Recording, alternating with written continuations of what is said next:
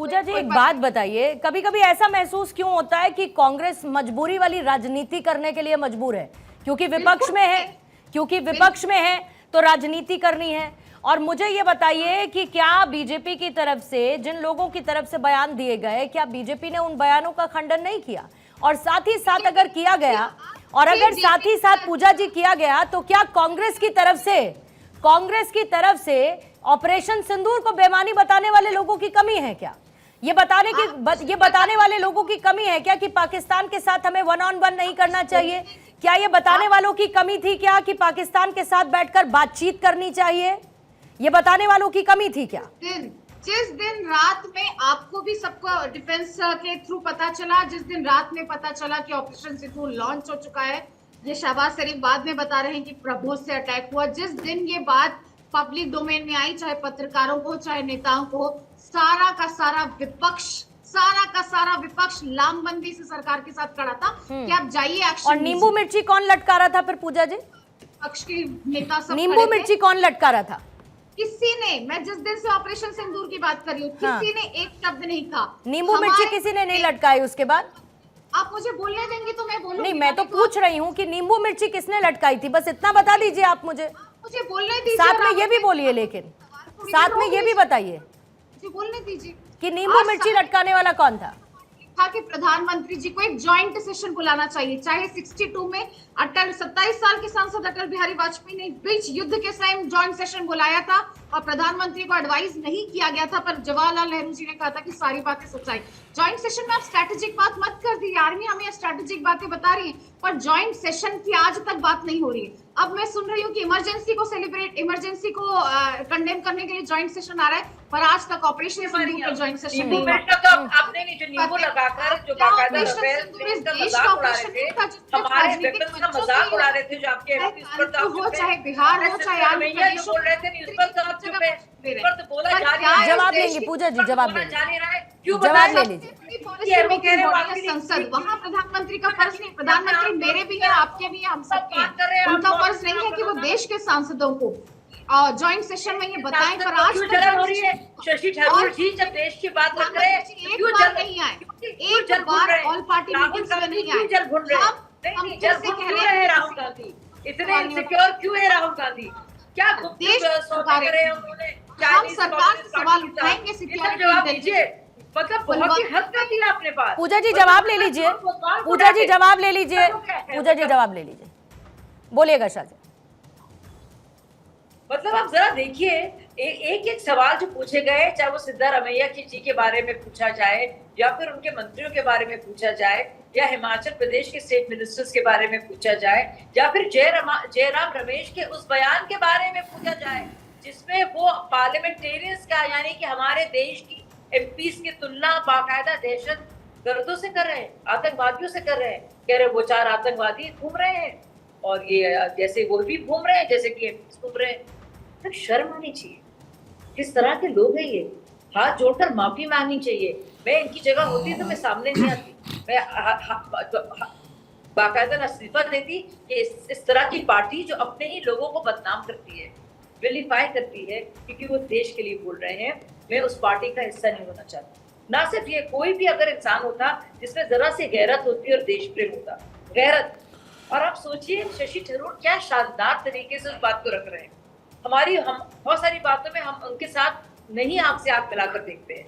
ओवैसी जी और हमारी तो आप जानते हैं क्या सोच रही है लगातार, कितनी मतलब किस तरह से विचारों का आदान प्रदान होता है। कभी भी किसी बात पे सहमति नहीं बनी, लेकिन पूरी तरह से मैं कहूंगी, चाहे वो हो या मनीष जी हो या और पार्टियों के जितने भी सांसद हो, इंक्लूडिंग मनीष तिवारी जी, सलमान खुर्शीद जी, उनकी तो सुन लेते कि ऐसा किस तरह का ये इंसान है Rahul Gandhi, leader of opposition है, पर इंडिया का तो है ना आखिरकार।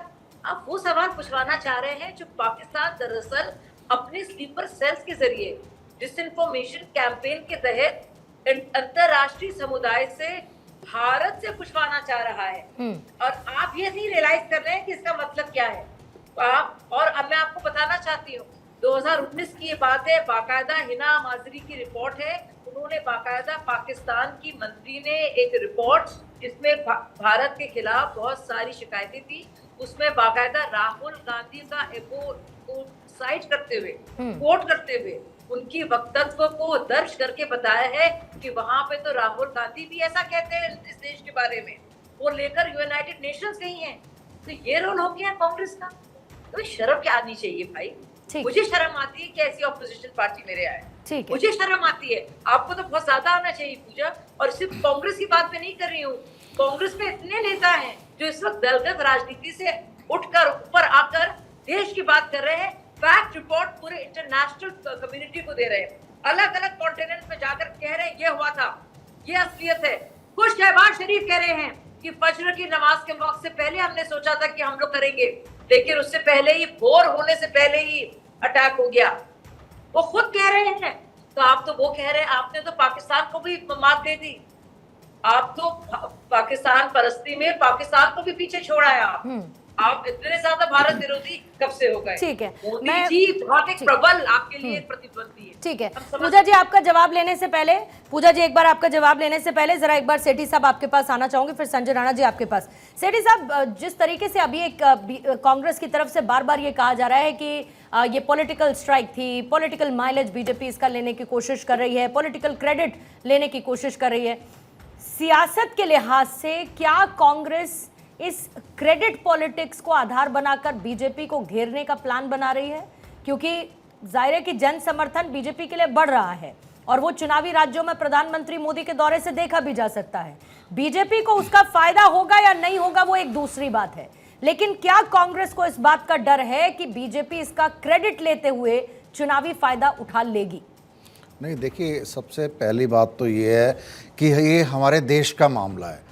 हमारे देश की जो सेना है उसके पराक्रम का, उसके शौर्य का, उसकी बहादुरी का एक इतिहास रहा है, एक परंपरा रही है। और उन्होंने हमेशा, चाहे 65 की लड़ाई हो, चाहे 71 की लड़ाई हो, चाहे कारगिल की लड़ाई हो, सेना ने अपना शौर्य, अपना पराक्रम, अपनी बहादुरी पूरे देश को नहीं पूरे संसार को दिखाई है। और आज अगर ये ऑपरेशन सिंदूर हुआ है, इसमें सेना ने पूरे देश का, पूरे देशवासियों का सर गर्व से ऊंचा करा है। इसके अंदर अगर हमारे किसी राजनीतिक पार्टी से हमारे चाहे वैचारिक मतभेद हैं, चाहे राजनीतिक मतभेद हैं, हम किसी और प्लेटफॉर्म पर उनसे लड़ लेंगे, उस बात को कर लेंगे। लेकिन जब ऑपरेशन सिंदूर की बात आती है, जब भारत की बात आती है, जब पाकिस्तान की या किसी और देश की जो हमारे साथ दुश्मनी रखता है, उस समय हमें एक आवाज में अपने देश के साथ खड़े होना चाहिए। चाहे कोई भी राजनीतिक पार्टी हो,